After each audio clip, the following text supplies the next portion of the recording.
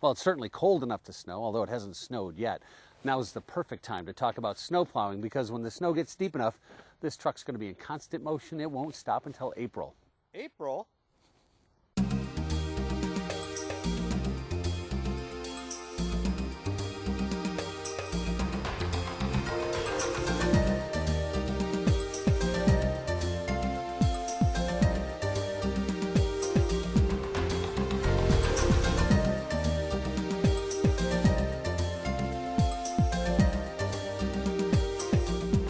Hello everyone, I'm Jamie Smith, and we have a lot to talk about when it comes to snow and winter driving. Everything that I'm about to tell you comes from our own DPS snowplow truck drivers. Believe me, they see it all. Now hopefully your car is ready for the next snow event with good tires, good windshield wipers, and washer fluid. That's just standard stuff for all cars in the Midwest. What we want to show you in this video is, well, not how to drive in the winter, but how much you can do to help us keep the roads clear. We'll also show you some ideas to keep yourself and your kids safe around the roads. And maybe that's the best place to start. We'll call this segment, Don't Play Here, Play Somewhere Else. Our crews have to put the snow somewhere, and sometimes it ends up in a big gigantic pile, like in a cul-de-sac or off to one side of it. Now many kids will look at this and they'll say, forget about homework, let's build a fort. I sometimes find it tempting myself. If my wireless internet reached out this far, I could actually... Here's the problem. Our drivers see it all the time. Kids make tunnels in those piles. Now, kids aren't the best architects in the world. They haven't been to college to learn about structural integrity or emergency egress. They don't know about load-bearing walls or ventilation. Those tunnels aren't going to hold up under the weight of the snow. They can collapse and trap a child inside. That's a suffocation hazard. Or the weight of the snow can crush a small child. Even more frightening than that, a car can veer off the road and run into the pile. Don't believe me? Here's Jeff Fox. He's one of our drivers. Jeff, can you back me up on any of this?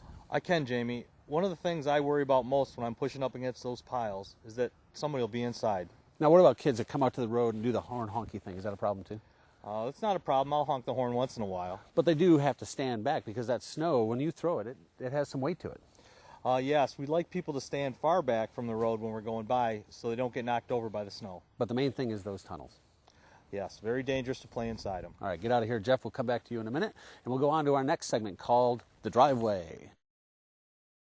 The question we hear the most often, why do you always come down the street right after I shoveled out the end of my driveway, and why do you always leave a big pile of snow for me to reshovel? It's easy. It's because we sit down at the end of your street watching and waiting until you got the whole thing nice and neat. Jamie, that's not true. I know, Jeff, but it's funny. Actually, the answer is simple. The most efficient way to clear the street is to push the snow off to the side. Take a look. The snow has to go somewhere, and we have to push it at a speed that'll push it far enough off the road to make room for the next snowfall. That's about 22 miles an hour on neighborhood streets. Anything slower than that, and we won't push it far enough. It's just not feasible to keep the snow off the end of your driveway. These trucks are designed for efficiency. If it makes you feel any better, the drivers do it to their own driveway. Isn't that right, Jeff? Even better than that, Jamie. I've noticed some of my coworkers managed to put a little extra in my driveway. Here's a tip. Don't worry about finishing the end of your driveway until after they plow the street. Here's another tip. The best time to attack that pile is right after the snow plow goes by. The longer you wait, the more that snow has a chance to set up, and in an hour, it becomes harder than trigonometry. That's just a fact of life. What you can't do is simply push it back out into the road. That creates a hazard for drivers and pedestrians, and you could become liable for any accidents that happen because of it. I know that sounds harsh, but the idea here is to get the snow out of the road, not put it back into the road. Finally, here's a quick fact. It's illegal for you to plow the roads yourself. There are plenty of ways to be a good Samaritan. Unfortunately, plowing the streets didn't make the list. Jeff, anything to add to this? Yeah, Jamie. When we plow, we don't just do one street at a time. We jump around a bit, so wait until the road is completely clear. And as Jamie said, please push the snow to the side, not into the street. One quick note about snow blowers. Oftentimes people will use these things and they'll have their hoods up over their heads. They can't see off to the side, and they can't hear anything except for the snowblower in front of them. That's a dangerous situation on many levels. You're working near traffic on a slippery road, and you're blocking out the sights and sounds that could save your life.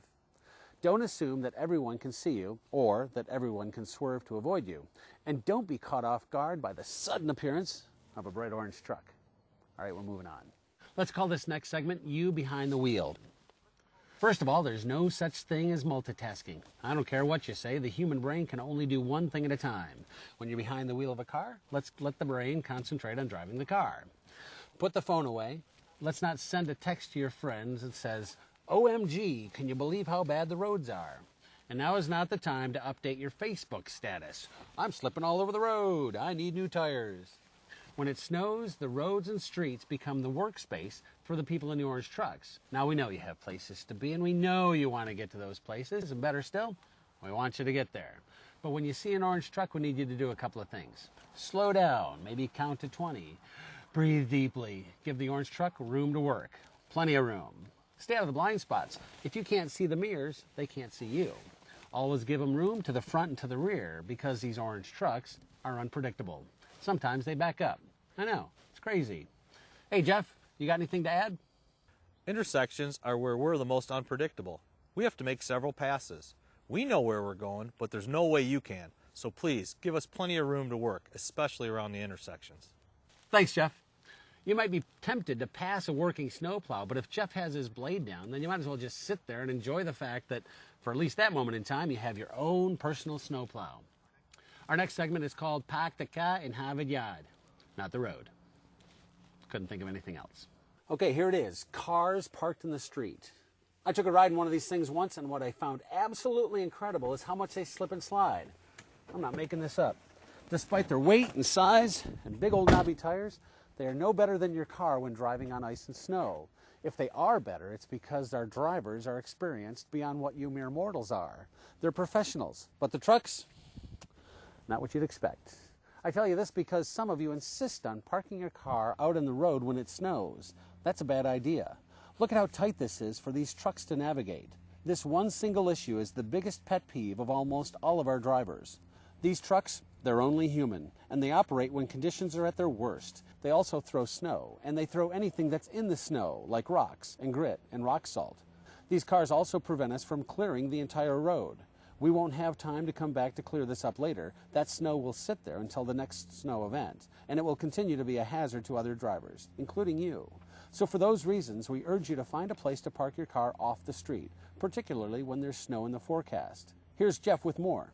Real simply, when the streets are empty, we get our job done faster and it's much cleaner. And if there's a car parked in the cul-de-sac, we probably can't plow it at all. It's just too dangerous. New topic. Interruptions. Many drivers have told me that residents will actually come out into the street and flag them down to ask questions about snow removal operations or to say the proverbial, you missed a spot. If you have questions, we ask that you contact your city or township offices. And if you think that the driver missed a spot, just wait a few minutes, they'll get to it. The next topic is really short, fire hydrants.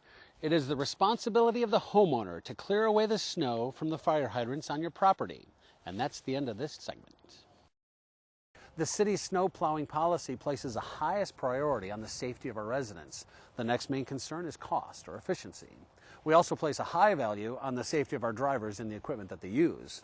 Now today we've treated this topic with good humor, hoping to make this program more interesting and fun to watch. But here's a serious note. Plowing snow is an intense, demanding job. Handling these big orange beasts in traffic on slippery roads requires total concentration. Doing it for 16 hours in a blizzard, it's downright exhausting. String together 3 or 4 days like that and you're talking about a real difficult job. We ask that you please be understanding of this when you see a plow truck sitting idle in a snowstorm. They may be eating their lunch, they may be talking on the radio, or they may be just letting their brains defrazzle. They'll be rolling again soon. None of our drivers want to drag this job out any longer than it already is. You live in Michigan, it's going to snow. Here's a tip, slow down, give yourself more room to stop, get good tires, eyes on the road, hands on the wheel, and give those orange trucks plenty of room to work. It's up to you to learn how to drive safely on ice and snow. It's up to us to clear those roads that you drive on. Together, we can make it to April. For Jeff Fox and all of our drivers, I'm Jamie Smith. Thanks for watching.